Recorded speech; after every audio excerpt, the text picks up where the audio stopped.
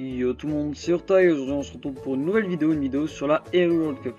Alors la RU World Cup, qu'est-ce que c'est? C'est la Coupe du Monde de RU auquel je participe avec l'équipe France et cette semaine on affrontait le Brésil.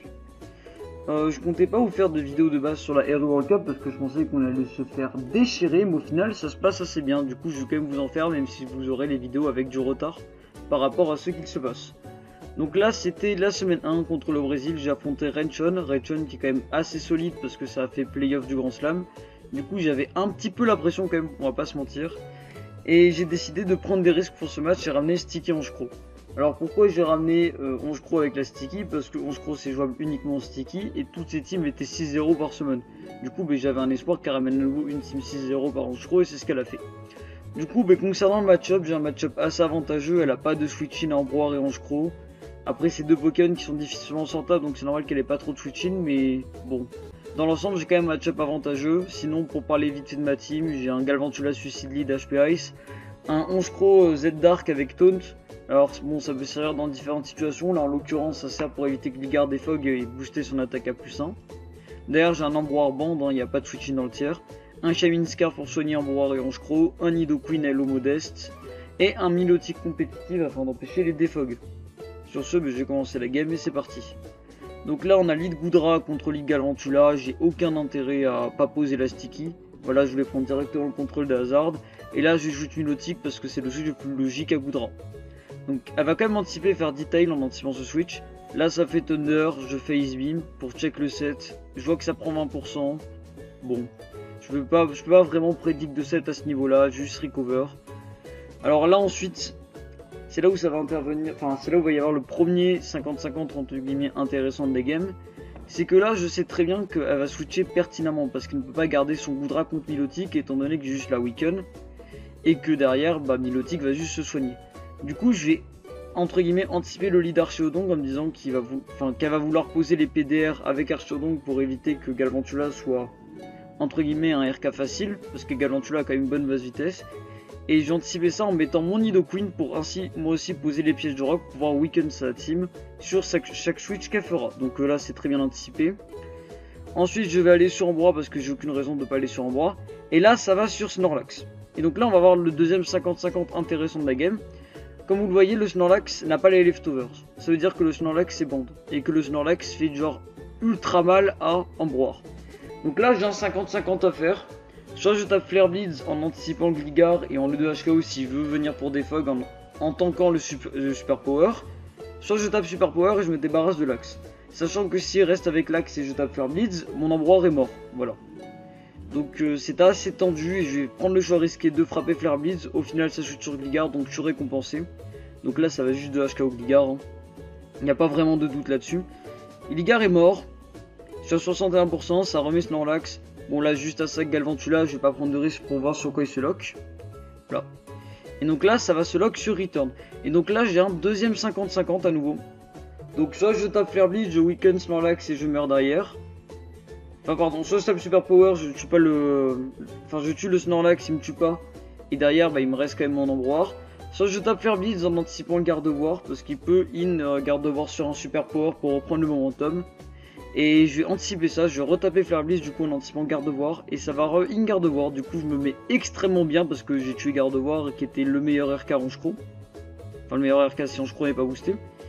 Et donc là ça va remettre l'axe. Du coup là j'ai plus trop d'intérêt à taper Super Power, j'ai juste Motosac. Voilà en faisant Flare Blitz, ça va me tuer. Et derrière j'ai juste à mettre Angecro pour essayer de clean la game. Donc en soi on peut penser que c'est une game qui a été à sens unique, mais mine de rien c'était assez tendu. Parce que si je perdais le Ambroir, j'avais totalement lose la game. Genre je ne passais plus rien. Donc là je vais Z Dark sur Sucker Punch parce que ça sert à rien de Z Taunt. Voilà, ce Sucker Punch à dessus. Je vais me booster à +1 avec mon Shro et je vais terminer le match. Donc comme je l'ai dit, si je perdais Ambroir, la game était terminée. Donc c'était quand même mine de rien un match assez tendu contre Renchon et j'étais très content de le faire. Et voilà, donc du coup je gagne le match. Je vais passer sur le deuxième match qui est celui de Carmin 06. Sur ce jeu. Et du coup on se retrouve pour ce deuxième match de la RU World Cup contre le Brésil entre Carmin 06 et Gustavo Yale, le capitaine du Brésil. Alors concernant les teams, du côté de Carmin il a ramené un Shamin qui est sûrement Hello vu la team, un Tyrantrum sûrement Scar vu la team, un Registeel pour poser les rocks, un Mandibuzz pour des fogs, donc Mandibuzz qui sera soit taunt, soit U-turn, un Golisopod pour apporter de la priorité et poser des spikes, hein. Voilà, c'est un peu une hazard stack du côté de Karma, et un Necrozma pour pouvoir se setup et potentiellement menacer la team de Gustavo.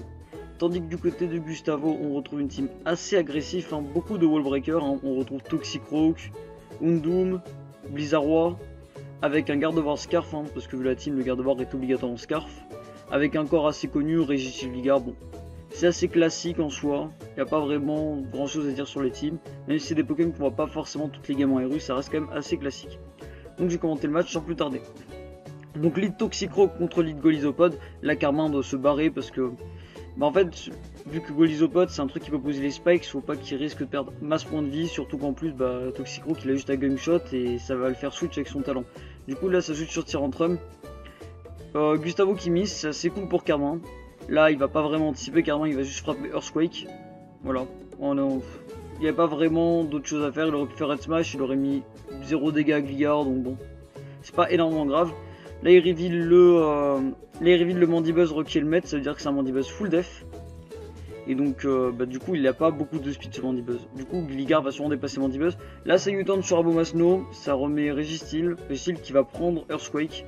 Donc là Karma qui a vraiment pas de switch-in à Abomasnow parce que c'est Abomasnow SD. Il va juste poser ses rocks, il a raison, pour voir Hazard Stack par la suite. Donc là je pense que Karma va vouloir garder son Registeel en tant que sac floodeur. Et il va envoyer Golisopod qui tank l'Earthquake tous les jours. Donc là c'était un peu 50-50. Soit il faisait le choix safe, il tapait Liquidation en anticipant le defog de Gustavo et du coup bah, il mettait très à mal le Gligar. Soit il tapait Spikes en anticipant le switch sur Toxicroak. Il va faire le choix safe, il va taper Liquidation. Voilà, parce qu'il n'y a pas vraiment d'intérêt à Spikes si l'autre défoguait. Et donc Toxicroak va gagner, Toxicroak va être safe du coup contre le Golisopod. Il va taper low kick et là c'est bien anticipé de la part de Karma qui va poser une rangée de Spikes. Karma qui va pas checker le set, il pensait sûrement que il va pas checker le set. Ou du coup il voulait pas, ou alors il voulait pas switch sur Tyrantrum, je sais pas. Là ça va aller sur Shaymin qui a un match démentiel contre la team de Gustavo. Et il va weaken le Registeel, ce qui est assez cool parce que Registeel est un problème pour Karma. Faut se le dire, Registeel a vraiment un gros problème contre Karma, donc s'il arrive à le weekend avec son Shaymin, il est plutôt bien. Là voilà, il a juste à spammer Earth Power. Registeel qui va poser ses rocks je pense. Non, il fait 6 mythos, voilà pour forcer le synthesis. Du coup là, vu que ça a forcé le synthesis de Shaymin, il est très probable que Gustavo switch sur son Abomasnow pour empêcher la régène. Et c'est ce qu'il va faire. Il va switch sur Abomasnow, voilà, pour menacer le Shaymin. Et en même temps, lui limiter son synthesis pour le weaken. Enfin, entre guillemets weaken. Là, ça va aller sur Necrozma, Abomasnow qui va Blizzard. Et ça freeze le Necrozma, ce qui est assez chiant, mais vous allez voir qu'on a eu un peu de chance. Necrozma c'est des freeze direct, du coup il va finir le Abomasnow, qui aura pas pu SD sur la gueule de Necrozma. Au final il était pas SD, je suis con parce qu'il était bizarre. Bon bref. Là ça va envoyer Gardevoir, Karma juste à ça que son Necrozma, il prend pas de risque. Là il a free Shaymin. Voilà, Shaymin qui tombe tous les coups de Gardevoir. Donc Karma il a free Seed Flare, free tout en fait. Voilà, il a juste à faire Seed Flare, voilà il va weaken Toxicroak. Donc là Karma il a deux choix, soit il tape pour finir le Toxicroak, soit il switch sur Mandibuzz en anticipant le Sucker Punch pour éviter weaken Shaymin. C'est ce qu'il va faire, il va juste mettre Mandibuzz, et là il va juste turn il me semble de tête. Voilà, il va prendre le gunshot, Toxicroak meurt, Karma va rouge en anticipant ça. Là ça va envoyer Gligar, c'est assez chiant parce que vu que Mandibuzz a révélé qu'il était turn, il est pas taunt. Du coup Gligar il va enlever la hazard. Et ça mine de rien c'est très chiant pour Karma. Bon derrière il a juste envoyé Shaymin, il va faire un kill. Voilà là il synthesis. Ça va turn, ça va envoyer Undoom. Et donc là Karma va faire un très bon play, je vous explique pourquoi. Parce que Shaymin c'est la win-con absolue de la team. Mandibuzz peut servir justement pour tanker le Undoom au cas où. Et Tyrantrum en soi ça sert plus trop à grand chose. Parce qu'il se fait dépasser par Guard Scarf, il est wall par Gligar, il est bloqué par Registeel, c'est Gligar Lightning Wish. Du coup Karma va anticiper le Z Dark et va sac le Tyrantrum. Donc ça c'est assez cool. Voilà, c'est un très bon play je trouve de la part de Karma d'avoir sac le Tyrantrum comme ça. Là ça va poser du coup le Mandibuzz qui va pouvoir U-turn. Là ça va bête le Shaymin et du coup Gustavo va perdre un Pokémon, en l'occurrence le Gligar. Parce que Gligar sert plus à rien vu qu'il n'y a plus de Tyrantrum en face. Et donc là ça va remettre Undoom, Karma qui va juste sac son Registeel parce qu'il sert plus à rien aussi. Là, ça va remettre Mandibuzz du coup. C'était le meilleur choix pour Carmin. Il va U-turn sur le Gardevoir. Et malheureusement, Gardevoir a free Healing Wish sur Registeel. Du coup, la game va devenir un peu plus chiante à ce moment-là. Voilà, parce que ça va... Enfin, je vous résume vite ce qui se passe parce que je vais pas tout vous montrer. En gros, attends, je vais peut-être laisser la game en boucle. En gros, ça va être Carmin qui va devoir passer Registeel avec Shaymin, Synthesis et Earth Power. Donc en soi, ça va être très chiant parce qu'il faut qu'il gère bien les tours de toxique, etc. Du coup, je vous passe à peu près tout. En soi, Carmin a plutôt bien géré le duel. Voilà, donc comme vous voyez, c'est assez chiant à regarder. Sauf à ce moment-là, voilà, où ça fait 6 mythos et Carmin n'a pas Earth Power à ce moment-là. Je trouve ça dommage qu'il ait pas Earth Power. On a vu, il a sûrement anticipé le Protect, mais bon, Earth Power tué dans tous les cas. Du coup, c'est assez dommage pour ça parce que Carmin aurait pu largement win la game, je pense. Après, je sais pas si Shaymin tuait Houndoom parce que Houndoom était full life.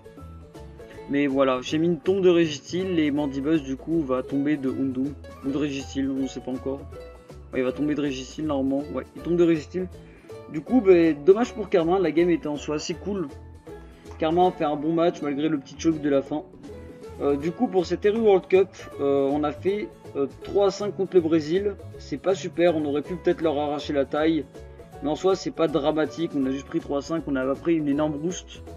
Du coup, c'est tout pour ces deux petits matchs de Eru World Cup. La semaine prochaine, on se retrouve contre le Canada.